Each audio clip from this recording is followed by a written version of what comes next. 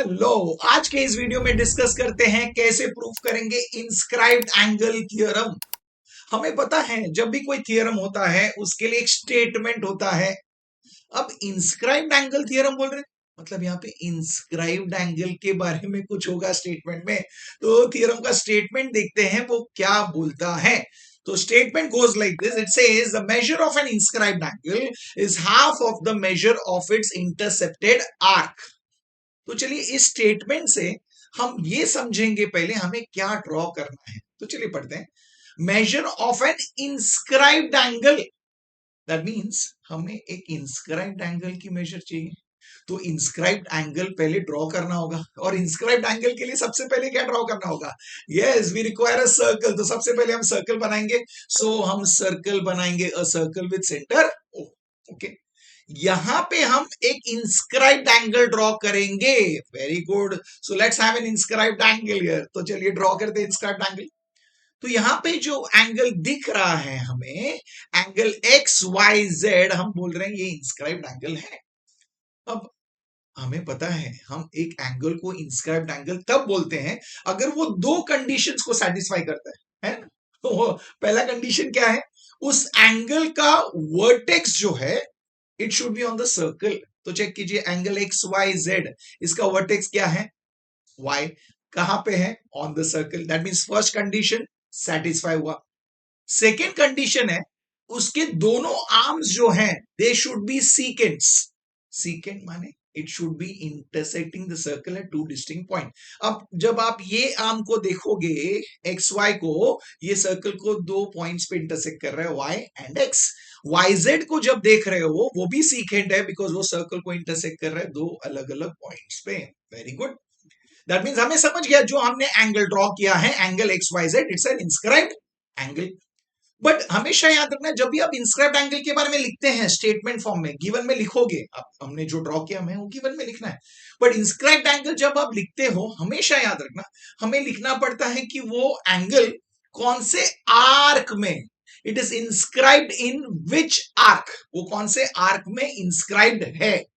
Okay, inscribed है मतलब उस एंगल का वर्टेक्स कौन से आर्क में लाई हो रहा है। That means the vertex of that angle is lying in which arc? अब आप बोलोगे ये एंगल है, इसका वर्टेक्स है y, वो कौन से आर्क में लाए होते हैं? आप बोलोगे it is lying in arc X Y Z.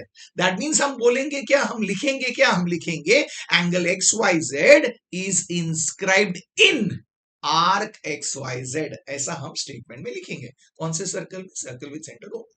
और हमेशा याद रखना जब भी एक इंस्क्राइब्ड एंगल है उसका एक इंटरसेप्टेड आर्क होगा। अब इंटरसेप्टेड आर्क मतलब बहुत इजी है। इंटरसेप्टेड आर्क मतलब एंगल के बीच में फंसा हुआ आर्क। अब इस इंस्क्राइब्ड एंगल के बीच में सर्कल का कौन सा आर्क फंसा हुआ है? आप बोलोगे बहुत सिंपल है, दिख रहा है हमें, वो है arc XZ. Superb. That means हमें इस सम में क्या दिया गया है? हमने एक सर्कल लिया है विद सेंटर हो, हमने एक इंस्क्राइब्ड एंगल लिया है which is inscribed in arc X Y Z and उसका एक इंटरसेप्टेड आर्क है आर्क एक्स जेड। ये हम गिवन में लिखेंगे। तो गिवन में देखिए क्या लिखा है, in a circle with centre O angle X Y Z is inscribed in arc X Y Z and intercept arc X Z. Simple है, तो हम इतना तो समझ ही गए। वेरी गुड, इंटरेस्टिंग था। अब हमें देखना है हमें प्रूव क्या करना है। तो चलिए स्टेटमेंट देखते हैं। Statement is measure of an inscribed angle मतलब इस एंगल का measure, okay, is half of the measure of its intercepted arc. Okay, हमें इस एंगल का मेजर बताना है कि it is half of the measure of its intercepted arc. Okay, इसका इंटरसेप्टेड आर्क हमें पता है एक्स जेड। दैट मींस हमें चाहिए that angle X Y Z is half measure of arc X Z. ये हमें प्रूव करना है। तो हमने ये टू प्रूव में लिख दिया। अब मुझे बताइए, फिगर ड्रॉ करना सिंपल था, गिवन लिखना सिंपल था, टू प्रूफ जो बताना था वो भी सिंपल था। Very good. तो हमने ये तो कर दिया। अब बोलोगे ये तो बहुत इंटरेस्टिंग था, बहुत ही एक्साइटिंग था, हम ये तो समझ ही गए। Very good. तो चलिए अब आगे क्या करना है, हमें इस टू प्रूफ को सॉल्व करना है। तो चलिए सोचते हैं इसके बारे में। अब टू प्रूफ पे ध्यान से देखिए, हमें क्या प्रूफ करना है। हमेशा याद रखना, जो भी टू प्रूफ सम्स होते हैं उसमें हमेशा टू प्रूफ पे जाना, वहां से थॉट प्रोसेस चालू करना, वहां से हमें समझ में आएगा कि हमें इस सम को प्रूफ करते समय क्या अप्रोच रखना है। ओके, तो आप बोलोगे हमें X Y Z, angle X Y Z is equal to half measure of arc X Z बताना है। मतलब इस एंगल का रिलेशन इस आर्क से बताना है। करेक्ट है, देखिए। ओके, इस आर्क से बताना है, ये बहुत क्लियर है। अब आप जब इस आर्क को देख रहे हो, मतलब ये एंगल को रिलेट करना है इस आर्क से। ओके, तब अब इस आर्क को देखिए, आर्क एक्जेड। अब मुझे बताइए आर्क एक्जेड कौन सा आर्क है? Minor arc, major arc, right? Semi circle कौन सा है? Very good. अब बोलोगे ये जो आर्क है it's a minor arc, because हमें पता है माइनर आर्क मतलब arc smaller than the semi circle. ये smaller than the semi circle है, तो ये माइनर आर्क है। ओके, तो बोलोगे माइनर आर्क है, और हमें पता है माइनर आर्क का मेजर क्या होता है। माइनर आर्क का measure is always equal to the measure of its central angle, उसका करस्पॉन्डिंग सेंट्रल एंगल जो है। अब ये आर्क है, इसके एंड पॉइंट्स क्या है? एक्स एंड जेड है। ओके, तो इस आर्क का सेंट्रल एंगल, मतलब इसके एंड पॉइंट से जब हम सेंटर को ज्वाइन करते हैं तो जो एंगल बनता है वो इसका सेंट्रल एंगल है।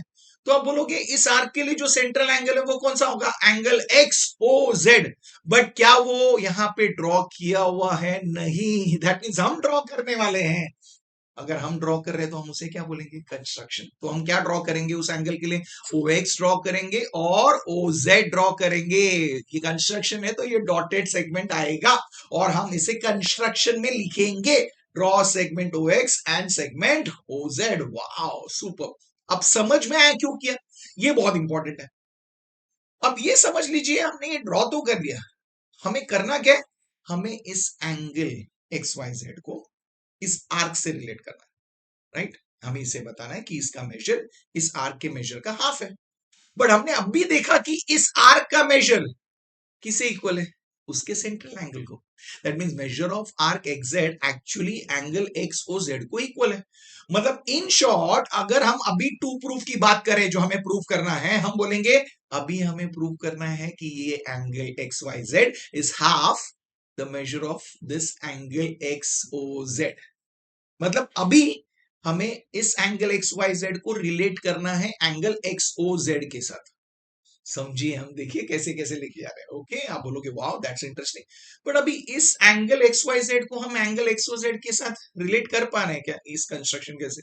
आप बोलोगे एक्स वाई जेड तो ये फोर साइडेड फिगर का पार्ट है, मतलब क्वाड्रिलेटरल का पार्ट है, बट इस क्वाड्रिलेटरल के लिए एंगल एक्स ओ जेड कुछ रिलेट ही नहीं कर पा रहे, कोई प्रॉपर्टी नहीं यूज कर पा रहे, तो कुछ तो इनकम्प्लीट है, राइट? ओके, दैट मीन्स कुछ और होगा, कुछ और ड्रॉ करना होगा। अब वो क्या हो सकता है, चलिए सोचते हैं। अब यहां पे हमने अभी जस्ट कंस्ट्रक्शन ड्रॉ किया है, ओ एक्स ड्रॉ किया है, ओ जेड ड्रॉ किया है। ओ से हमने क्या किया था? X, it's a point on the circle, so that means O X क्या है? रेडियस हमने ड्रॉ किया। ओ जेड क्या है? रेडियस हमने ड्रॉ किया। अब इस सर्कल पे आप बोलोगे और एक पॉइंट है, सर्कल पे और एक पॉइंट है, कौन सा है वो? वाई। अगर हम ओ को उससे ज्वाइन कर दे तो हमें और एक रेडियस मिलेगा, तो देखते हैं हमें क्या उससे कुछ मिल सकता है जो हमें सिंप्लीफाई कर देगा आगे प्रूव करना है। तो हम ड्रॉ करेंगे और एक construction, that is O Y. That means और एक कंस्ट्रक्शन आ गया है, राइट? ब्यूटीफुल। अब इससे हुआ क्या? ऐसा नहीं है कि रेडियस नहीं था तो हमने ड्रॉ कर लिया, वो करना है वो समझे क्या हुआ से। अब जब जैसे ही हमने ओ वाई ड्रॉ किया है, जो हमारा ये एंगल था, एंगल एक्स वाई जेड, क्या हुआ? वो दो एंगल्स में बढ़ गया। ओके, ठीक है, एक एंगल था वो दो एंगल्स में बढ़ गया, डिवाइड हो गया इस कंस्ट्रक्शन की वजह से। ओके, और एक एंगल दो एंगल में बना हुआ है। अब हर एक एंगल आप देखोगे, अगर आप एंगल ओ वाई एक्स देखोगे, वो एक ट्राइंगल का हिस्सा बन गया है। ओ वाई जेड वो एक ट्राइंगल का हिस्सा बन गया है। ट्राइंगल का हिस्सा बन गया है मतलब हम कहीं ना कहीं ट्राइंगल का कोई प्रॉपर्टी यूज कर पाएंगे। वेरी गुड, दैट मीन्स हमें जहां पे अब तक कोई भी चीज नहीं मिल रहा था, अब हमने उसे दो एंगल में स्प्लिट करके ट्राइंगल में लेके आ गए हैं, मतलब हम ट्राइंगल का कोई प्रॉपर्टी यूज करके इस सम को अप्रोच कर पाएंगे। Very good. बट आपने बोला एंगल एक्स वाई जेड जो था उसे हमने दो एंगल में स्प्लिट कर दिया, but angle X Y Z को हमें रिलेट किससे करना है? Angle XOZ। ओके, अब ये तो दो एंगल्स में बढ़ गए, बट ये तो पूरा एक ही एंगल है। अब इसको हम डायरेक्टली उससे रिलेट आप बोलोगे फिर भी नहीं कर पा रहे, बिकॉज ट्राइंगल, एक एंगल ट्राइंगल का पार्ट है, ये तो पूरा एंगल है, ये कहां पे आप उससे रिलेट कर पाए, नहीं हो पा रहा है। ओके, मतलब कुछ तो और मिसिंग है। तो आप बोलोगे जैसे हमने इसे दो एंगल्स में डिवाइड कर दिया, एंगल XOZ को भी हमें दो एंगल्स में डिवाइड करना होगा। तो आप बोलोगे ठीक है, हम O से कोई भी ऐसा सेगमेंट ड्रॉ कर ले, ऐसा ड्रॉ कर ले, और दो एंगल्स कुछ भी नहीं ड्रॉ कर सकते। कुछ भी आप जो ड्रॉ करते हो वो स्पेसिफिक होना चाहिए, कंडीशन के साथ अटैच होना चाहिए। It can not be anything that we draw, कोई भी चीज हम रैंडमली ऐसा ड्रॉ नहीं कर सकते। ओके, उसके साथ ज्योमेट्रिकली कंडीशन अटैच होना चाहिए। ओके, अब बोलोगे हम करें क्या? ओके, अभी हमने YO ड्रॉ किया है, वो ट्राइंगल OYX का साइड है। ओके, हमें इस एंगल को दो पार्ट में डिवाइड करना है। अगर हम YO को एक्सटेंड करें, मतलब ट्राइंगल के साइड को एक्सटेंड करें, ओके साइड को एक्सटेंड करें, ये साइड को एक्सटेंड करें ट्राइंगल का मतलब हमें एक एक्सटीरियर एंगल मिलेगा। वेरी गुड, मतलब हम कहीं ना कहीं exterior angle of a triangle को कॉन्सेप्ट यूज कर पाएंगे, प्रॉपर्टी यूज कर पाएंगे, और उससे क्या होगा, ये एंगल XOZ भी दो एंगल में डिवाइड हो जाएगा। वेरी गुड, मतलब एक कंडीशन है हमारे पास, एक्सटेंड कर रहे हो वो एक्सटीरियर एंगल दे देगा। So that is the reason we are doing it. तो हम क्या करेंगे, अब वायो को एक्सटेंड करेंगे, चलिए एक्सटेंड कीजिए। अब जब वो एक्सटेंड कर रहे हैं, वो कहीं ना कहीं जाके इस आर्क को इंटरसेक्ट कर रहे हैं, तो उस पॉइंट को नेम दे दीजिए। हमने दे दिया P। तो ये हमारा आगे का कंस्ट्रक्शन था, अब वो भी लिखना है। वेरी गुड, तो सिंपल था। अब समझ में आ गया अब तक हमने क्या किया है, क्यों किया है वो समझिए। सिर्फ मैंने कहा करके आप उसे कंस्ट्रक्ट कीजिए और लिखिए नहीं तो नहीं समझोगे। तो आपको समझना जरूरी है आप क्यों कर रहे हैं। ये सब प्रोसेस कर दिया। तो अब देखिए, अब हमारा जो एंगल XYZ है, अगर आप देखोगे एंगल XYZ दो एंगल्स में बटा हुआ है। देखिए चेक कीजिए, ये दो एंगल्स में बटा हुआ है। एंगल XOZ जो है वो भी दो एंगल्स में बट गया है। Very good, okay. अब हम क्या करेंगे, देखिए एंगल XYZ जो है दो एंगल्स में है, एक एंगल पे एक टाइम पे ध्यान देते हैं। मतलब एक एंगल है OYX और दूसरा एंगल है OYZ। तो चलिए हम एक एंगल पे ध्यान देते हैं, पहले एंगल OYX पे। तो देखिए ना, अब जब हम वो एंगल को देख रहे हैं, आप बोलोगे हमने स्टार्ट में डिस्कस किया था ये एंगल एक ट्राइंगल का हिस्सा है। कौन से ट्राइंगल का है? Triangle OYX। वेरी गुड, अब चेक कीजिए इस ट्राइंगल में, इस ट्राइंगल में, इस ट्राइंगल में देखिए हमारे पास इस ट्राइंगल में कुछ इंफॉर्मेशन है क्या, कुछ इक्वल है क्या, कुछ इक्वल मिल रहा है? चेक कीजिए, अभी आपको सोचना है। देखिए देखिए खुद साइड इक्वल मिल रहा है। आप बोलोगे हाँ OY और OX ये दोनों इक्वल है ओके, आप बता सकते क्यों? Because OY and OX they are the radii of the same circle. Wow, that means हमें कुछ तो इंफॉर्मेशन मिला, और इस इंफॉर्मेशन से हम हमारे प्रूफ की शुरुआत कर सकते हैं। तो चलिए लिखते हैं, इन ट्राइंगल OYX हमें क्या मिला, segment OY is congruent to segment OX। लिखिए वहां पे, बट इसका रीजन लिखिए क्यों, radii of the same circle. अब बताइए एक ट्राइंगल में जब दो साइड्स कॉन्ग्रुएंट होते हैं, तो हमने पढ़ा है ना, एक ट्राइंगल में जब दो साइड्स कॉन्ग्रुएंट होते हैं, उसके सामने वाले एंगल्स जो होते हैं, उसके ऑपोजिट एंगल्स जो होते हैं, वो भी एक दूसरे को कॉन्ग्रुएंट होते हैं। दैट मींस हम आप लिख सकते हैं angle OYX is congruent to angle OXY। लिख सकते हैं, लिख सकते हैं, और उसका रीजन भी हमें पता है क्या है, वो आइसोसेलेस ट्राइंगल थ्योरम। वाह, तो देखिए हमें धीरे धीरे कुछ कनेक्ट मिल रहा है और हम स्टेप्स लिख पा रहे हैं। तो हम समझ के लिख रहे हैं, बाय हार्ट नहीं कर रहे हैं, आपको समझिए क्यों कर रहे हैं। हमें ट्राइंगल में दो साइड्स कॉन्ग्रुएंट मिला, दो साइड्स कॉन्ग्रुएंट मिला तो उसके ऑपोजिट एंगल्स कॉन्ग्रुएंट होते हैं, वो हमने लिख दिया। अब देखिए दोनों एंगल्स कॉन्ग्रुएंट है, मतलब इनका मेजर सेम होगा। तो हम इसे थोड़ा सिंप्लीफाई करते हैं, इनके मेजर्स इक्वल हैं तो हम इसे वेरिएबल एज्यूम करते हैं, तो लिखना इजी हो जाता है, सॉल्विंग इजी हो जाता है। तो हम इसे लिख देते हैं नेक्स्ट स्टेप में कि लेट देयर एंगल का मेजर्स, ये दोनों एंगल के जो मेजर्स है इन्हें हम एक वेरिएबल देते हैं, let's say we take it as x। तो हम लिख देंगे कि इन दोनों का मेजर्स हम एज्यूम करते हैं कि ये x है, दोनों इक्वल है, हमने इसे x ले लिया। वेरी गुड, कुछ तो मिला यहां तक। देखिए हम 3 स्टेप्स लिख पाए, बहुत इजी था। ओके, अब हमने एंगल ओ वाई एक्स के बारे में तो सोच लिया। ओ वाई एक्स जो है एंगल एक्स वाई जेड का एक एंगल था, दो हिस्सों में था, उसमें से एक angle. Same way angle X O Z जो है वो भी तो दो एंगल में बटा हुआ है, right? Angle P O X and P O Z. Okay, आप बोलोगे ओ वाई एक्स के बारे में हमें एक इंफॉर्मेशन मिला कि ओ वाई एक्स जो है वो एक ओ एक्स वाई को इक्वल है, बट ये एंगल पी ओ एक्स को भी तो हमें किसी तरीके से इस एंगल ओ वाई एक्स के साथ रिलेट करना होगा ना।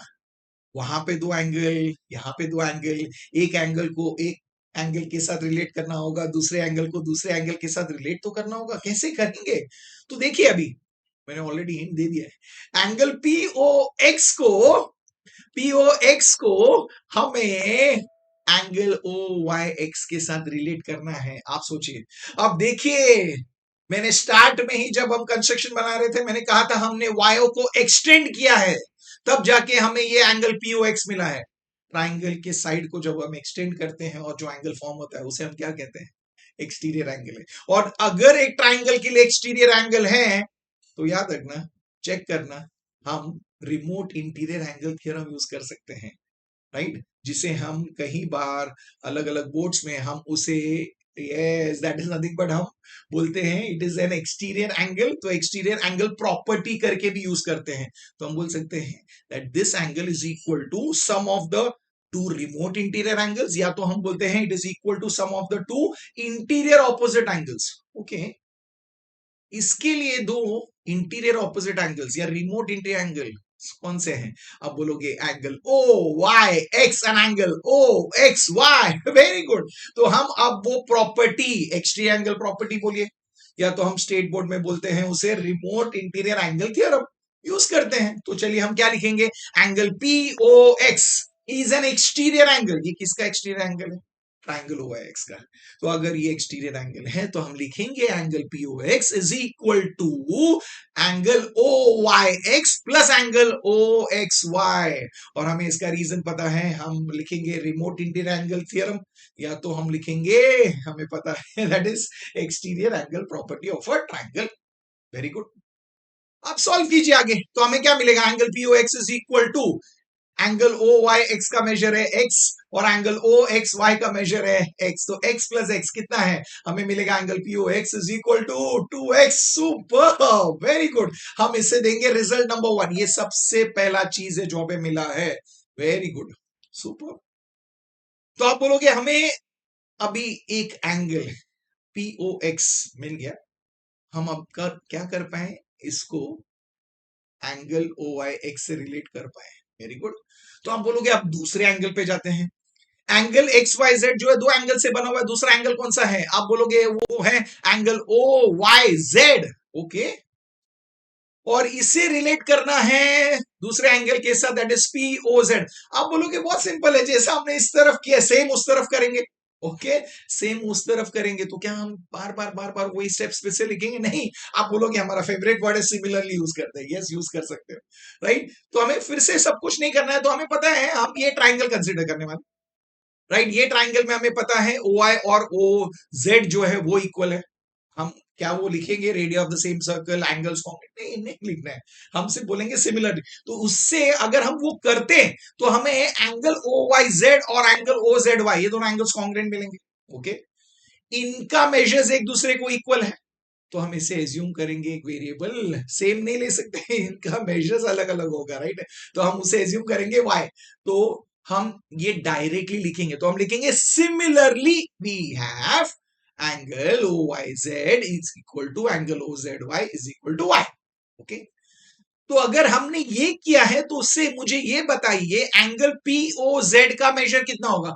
आप बोलोगे it is y plus Y, कितना आएगा? 2y। क्या हम वो स्टेप्स भी लिखेंगे? नहीं। सो हम लिखते हैं इससे हमें ऐसा मिलेगा, मतलब हम लिख सकते हैं hence we get angle P O Z is equal to 2y। Very good, super, मिल गया। ये हम लिखेंगे, हमारा रिजल्ट नंबर 2 है। तो अब देखिए, angle P O x 2x मिला है, angle P O Z 2y मिला है। और यहां पे भी दो एंगल्स जो है, angle O Y X and angle O Y Z, इनके मेजर्स मिल गए। वेरी गुड, तो हमने कुछ रिलेशन डेवलप कर दिया। वेरी गुड, तो मतलब इसके दो एंगल्स के बारे में इंफॉर्मेशन है, इसके दो एंगल्स के बारे में इंफॉर्मेशन है। तो अब क्या करेंगे, हमें क्या चाहिए था, हमें एंगल एक्स वाई जेड चाहिए, राइट। अब देखिए एंगल एक्स वाई जेड कितने एंगल से बना हुआ है, दो एंगल से, दो एंगल्स के एडिशन से बना हुआ है। एक का मेजर एक्स है, दूसरे का मेजर वाई है। तो लिखिए वहां पे एंगल एक्स वाई जेड क्या होगा, angle X Y Z is nothing but angle O Y X plus angle O Y Z. और हमें इसका रीजन पता है, दो एंगल्स ऐड करके जब नया एंगल बनता है, हम रीजन क्या लिखते हैं, एंगल एडिशन प्रॉपर्टी। अब उसका मेजर सब्स्टिट्यूट कीजिए। एंगल ओ वाई एक्स का मेजर क्या है, लिखेंगे X. Angle O Y Z का मेजर क्या है, वाई। दैट मींस हमें यह पता चला कि एंगल एक्स वाई जेड, इसका मेजर क्या है, इसका मेजर है एक्स प्लस वाई। और इसे लिखते हैं रिजल्ट नंबर 3। तो अब जो चाहिए था एंगल एक्स वाई जेड, वो मिल गया। हमें पता है एंगल एक्स वाई जेड को कौन से एंगल से रिलेट करना है, angle X O Z. Okay, angle X O Z. आप बोलो कि उसके भी तो दो एंगल्स मिल गए, एंगल एडिशन प्रॉपर्टी से वो भी मिल सकते हैं, तो चलिए वो भी फाइंड करते हैं। तो लिखिए angle X O Z is equal to, कौन से दो एंगल्स हैं, angle P O X plus angle P O Z. Very good, उसका भी रीजन वही होगा, एंगल एडिशन प्रॉपर्टी। और उसके आगे सॉल्व कीजिए, सब्स्टिट्यूट कीजिए। पीओ एक्स का वैल्यू है 2x और पीओ जेड का वैल्यू है 2y। वेरी गुड, हमने सब्स्टिट्यूट कर दिया। ये 2x और 2y कहां से मिला हमें, यस हमें मिला है that is nothing but from result number 1 and 2। तो हम वो लिख देंगे। तो चलिए अभी इसे आगे सॉल्व करते हैं। आप बोलोगे हम यहाँ पे 2 को कॉमन ले सकते हैं, तो 2 अगर कॉमन लेंगे तो ब्रैकेट में क्या आएगा, x प्लस वाई। तो चलिए वो स्टेप लिख देते हैं। दैट मींस हमें ये मिल गया, एंगल एक्स ओ जेड का measure is twice into bracket x plus Y मिला है। बट आप जब देखोगे x प्लस वाई, ये x प्लस वाई क्या है, ये x प्लस वाई क्या है, आप बोलोगे x प्लस वाई क्या है, उस रिजल्ट नंबर 3 में मिला है ना, x प्लस वाई माने angle X Y Z. That means ये जो twice of x plus Y लिखे हैं, उस x प्लस वाई के जगह पे क्या हम वो एंगल एक्स वाई जेड लिख सकते हैं, लिख सकते हैं। तो लिखिए, तो हम लिखेंगे angle X O Z is nothing but twice of angle X Y Z. Super, ये मिला कहां से, ये हमें मिला फ्रॉम रिजल्ट नंबर 3। वाह, वेरी गुड, वेरी नाइस। अब देखिए हमें ये एंगल एक्स वाई जेड और एंगल एक्स ओ जेड के बीच में एक रिलेशन मिल गया है very good. But to prove में क्या चाहिए, देखिए टू प्रूव में एंगल एक्स वाई जेड की वैल्यू चाहिए। तो एंगल एक्स वाई जेड को अलूफ रखिए, एक साइड पे अकेले रखिए, उसके साथ कुछ भी मत रखिए। तो आप देखोगे राइट हैंड साइड में एंगल एक्स वाई जेड के साथ इंटू 2 है, तो इंटू 2 को वहां पे शिफ्ट कर दीजिए, तो वहां पे चला जाएगा, हाफ बन जाएगा। दैट मींस हमें मिलेगा half angle X O Z is equal to angle X Y Z, ऐसा मिलेगा। पर आप बोलोगे हमें angle X Y Z left hand side में लिखना है, तो स्वैप कीजिए, हमें मिलेगा angle X Y Z is equal to half of angle X O Z. Very good. तो आप बोलोगे हम इधर तक पहुंच तो गए, बट क्या हमें हमारा प्रूफ मिल गया, नहीं। प्रूफ में तो लेफ्ट हैंड साइड मिल गया, राइट हैंड साइड में हाफ हाफ आ गया, बट राइट हैंड साइड में half of measure arc X Z चाहिए, बट हमारे पास तो एंगल एक्सो जेड है तो आप बोलोगे ये तो हमने स्टार्ट में डिस्कस किया, एंगल एक्सो जेड क्या है, सेंट्रल एंगल है। और सेंट्रल एंगल का मेजर किसको इक्वल होता है, it is equal to the measure of that corresponding minor arc. So ये माइनर आर्क के मेजर को इक्वल है, तो हम लिख सकते हैं ना इक्वल है। तो लिखिए एंगल एक्सो जेड जो है that is equal to measure of arc X Z. लिखिए इसका रीजन क्या है, हमें पता है measure of a central angle is equal to the measure of the corresponding minor arc। जब हम लिखते हैं उसका रीजन होता है definition of measure of a minor arc। Simple, लिख लिया। अब ये जो वैल्यू है angle X O Z is equal to measure of arc X Z, क्या हम इसे प्रीवियस स्टेप में सब्स्टिट्यूट कर सकते हैं, सब्स्टिट्यूट करते हैं और हमें तभी मिलेगा angle X Y Z is equal to half measure of arc X Z. क्या किया हमने, प्रूफ कंप्लीट हो गया हमने प्रूफ को कंप्लीट किया। तो वाज़न्ट दैट इंटरेस्टिंग, ये बहुत ही बढ़िया प्रूफ है। पर याद रखना डिफिकल्ट नहीं है, हमें ये समझना जरूरी है कि हम क्या कर रहे हैं, हमने ये कंस्ट्रक्शंस क्यों ड्रॉ किए, हमने इसे एक्सटेंड क्यों किया, ये सब समझते जब है। जैसे हमें एक्सटेंशन का समझ गया तो हमें पता है हमें remote integral theorem, exterior angle property use करना ही है। तो ये सारी चीजें, दैट मीन्स हम जब कंस्ट्रक्शन के बारे में सोचते हैं तो हमें वहां पे प्रूफ को कैसे आगे बढ़ाना है ये समझ में आ जाता है। तो कंस्ट्रक्शन समझना जरूरी है कि हम क्यों कर रहे हैं। जब वो समझते हैं तो आपको पूरे प्रूफ का आइडिया आ जाता है और प्रूफ बहुत ही इजीली लिख पाते हैं। अब इजी था। अब मुझे बताइए, इंस्क्राइब्ड एंगल थ्योरम प्रूफ करना डिफिकल्ट? बिल्कुल नहीं है। आप समझ गए आप? ओके, अब ये पूरा प्रूफ दिखता कैसे? एक साथ देखना है तो देखिए ऐसे दिखेगा। ये फिगर है विद कंस्ट्रक्शन, कंस्ट्रक्शन लिखना है, गिवन लिखना है, टू प्रूफ लिखना है, ड्रॉ भी करना है, लिखना है, तब जाके सब मार्क्स मिलते हैं। और उसके बाद जो प्रूफ है, ये पूरा प्रूफ एक साथ। ये क्यों दिखा रहा हूं? सो दैट आप इसका स्क्रीनशॉट ले लीजिए। चलिए आप स्क्रीनशॉट ले लीजिए इसका। ले लिया। तो ये क्यों? बिकॉज अब जब इसका स्क्रीनशॉट ले तो आपको पूरा प्रूफ एक साथ दिखाई दे रहा है, राइट? एक साथ दिखाई दे रहा है। तो आप जब लिख के प्रैक्टिस करोगे आप इसे रीचेक कर सकते हो easily. So tell me, wasn't that interesting? Very interesting. अब बोलोगे हम थियरम तो समझ गए, बट थियरम को हमें अप्लाई करना पड़ता है। तो अप्लाई करते समय हम कैसे लिखेंगे, कब अप्लाई करेंगे, क्यों अप्लाई करेंगे, ये तो भी समझना होगा। तो चलिए इसके लिए मैं आपको एक एग्जांपल देता हूं। चलिए एक एग्जांपल है। अब इस एग्जांपल में देखिए हमें एक फिगर दिया हुआ है और हमें मेजर ऑफ आर्क एबीसी दिया हुआ है। कितना दिया है? 240 डिग्री। और हमें एंगल एबीसी फाइंड करना है। क्या फाइंड करना है? एंगल एबीसी का मेजर। ओके, सबसे पहले देखिए उस एंगल को और मुझे बताइए एंगल कौन सा एंगल है। एक्यूट एंगल मत भूलना। राइट? ये चैप्टर में अभी हमें पता है सेंट्रल एंगल पढ़ा है, इंस्क्राइब्ड एंगल पढ़ा है, तो ये कौन सा एंगल है? तो आप बोलोगे इंस्क्राइब्ड एंगल है। Very good. ओके, अभी हमने पढ़ा इंस्क्राइब्ड एंगल का मेजर क्या होता है। इंस्क्राइब्ड एंगल का measure is half of its intercepted arc. Okay, तो इंस्क्राइब्ड एंगल है तो उसका इंटरसेप्टेड आर्क बताइए। एक इंटरसेप्टेड आर्क होता है। तो आप बोलोगे हाँ एक इंटरसेप्टेड आर्क होता है। कौन सा है वो? आप बोलोगे आर्क एसी है। Very good. दैट मींस इस एंगल का मेजर किससे मिलेगा? अगर हमें इस आर्क का मेजर मिला तो क्या वो दिया है? नहीं। आप बोलोगे फाइंड करना हो, मतलब अगर हमें इस आर्क का मेजर मिला तब जाके हमें इस एंगल का मेजर मिलेगा। और इस एंगल का मेजर कैसे मिलेगा? By using inscribed angle theorem. Very good. Okay, तो आप बोल रहे हो किसी भी तरीके से इस आर्क का मेजर फाइंड, वो कैसे करेंगे? चलिए गिवन में देखिए, गिवन में क्या हमें कोई इंफॉर्मेशन दिया? बोलोगे हाँ एक इंफॉर्मेशन दिया है ना, that measure of arc A B C is 240 degree. ये दिया हुआ है। देखिए इस आर्क का मेजर, देखिए मैंने हाईलाइट किया आर्क एबीसी, इसका मेजर हमें 240 डिग्री दिया। ओके, अब बोलोगे पूरा सर्कल जो है राइट नाउ, अगर मैं आर्क एबीसी बोलूं तो बचा हुआ आर्क कौन सा है? Arc AC. ये दोनों आर्क्स मिलके सर्कल फॉर्म कर रहे हैं। तो दैट मींस ये दोनों आर्क्स के मेजर ऐड करेंगे तो सर्कल का मेजर मिलेगा। सर्कल का मेजर कितना है? 360 डिग्री। दैट मींस एक आर्क का मेजर पता है, दूसरे आर्क का मेजर हम फाइंड कर सकते हैं। तो बोलोगे वाओ, दैट मींस हम लिखोगे क्या? हम लिखेंगे that measure of arc A C plus measure of arc A B C is equal to 360 degree. अब हमने दो आर्क ऐड करके नया आर्क फॉर्म किया? नहीं, सर्कल फॉर्म किए और उसके जगह पे हमने 360 लिखा है। क्यों 360 लिखा है? बिकॉज हमें पता है measure of a circle is 360 degree. तो रीजन में लिखिए 360 क्यों लिखा है? Because that's the measure of a circle. अब सॉल्व कीजिए। अब आप बोलोगे मेजर ऑफ आर्क एसी नहीं पता है, ऐसे रखिए। मेजर ऑफ आर्क एबीसी पता है, कितना है? 240 डिग्री। लिखिए इज इक्वल टू 360। अब सॉल्व कीजिए।